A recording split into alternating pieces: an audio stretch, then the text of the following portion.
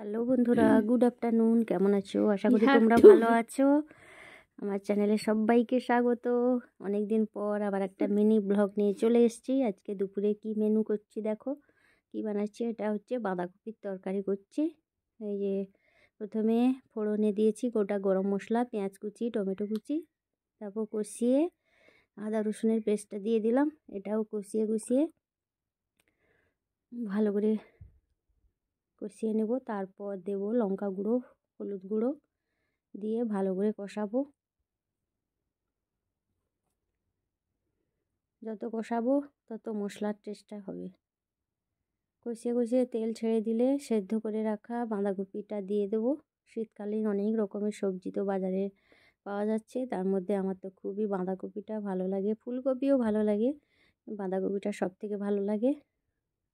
অল্প চিনি দিয়ে দিলাম। এটাকে ভালো করে নেড়ে একটু কষিয়ে নেব। কষানো হয়ে গেছে, এবার সেদ্ধ করা বাঁধাকপিটা দিয়ে দিচ্ছি।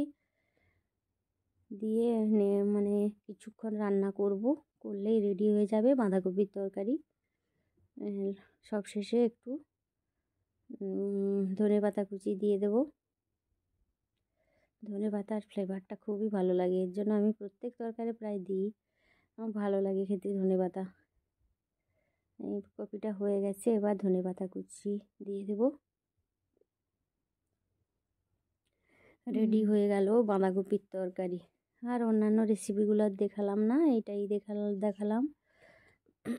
চলো এবার খাবারটা রেডি করে নেব। মা আমি খাবো, আর কে কে খেতে চাও চলে আসতে পারো।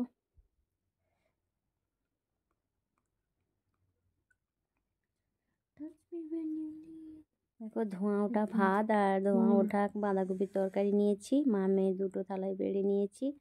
আর নেব ট্যাংরা মাছের ঝাল। এটা অবশ্য বড় বড় নয়, ছোট ছোট ট্যাংরা মাছ। এটা পুকুরে ধরেছে, আমার ভাই দিয়ে গেছে। এটা একটু ঝাল বানালাম। আর ল্যাটা মাছ আছে, ল্যাটা মাছে টক করেছি ওলকপি দিয়ে। আমার মেয়ের ফেভারিট টক, আর আমার ফেভারিট হচ্ছে বাঁধাকপি আর মাছের ঝাল। আজকে এটাই হচ্ছে দুপুরের মেনু। চলো খাওয়াটা রেডি আপাতত করে নিই, তারপর গরম গরম খেতে হবে। শীতকাল মানেই জানো তো কীভাবে, মানে এত ঠান্ডা পড়েছে, খাওয়ার বাড়ার সঙ্গে সঙ্গে ঠান্ডা হয়ে যাবে। এর জন্য সঙ্গে সঙ্গে খেতেই হবে।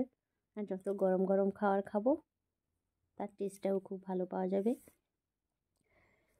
খাওয়া রেডি করে নিয়েছি, চলো আপাতত আজকের দুপুরে খাবারটা খাওয়া যাক। আজকের ভিডিওটা এই পর্যন্ত। সবাই ভালো থেকো, সুস্থ থেকো।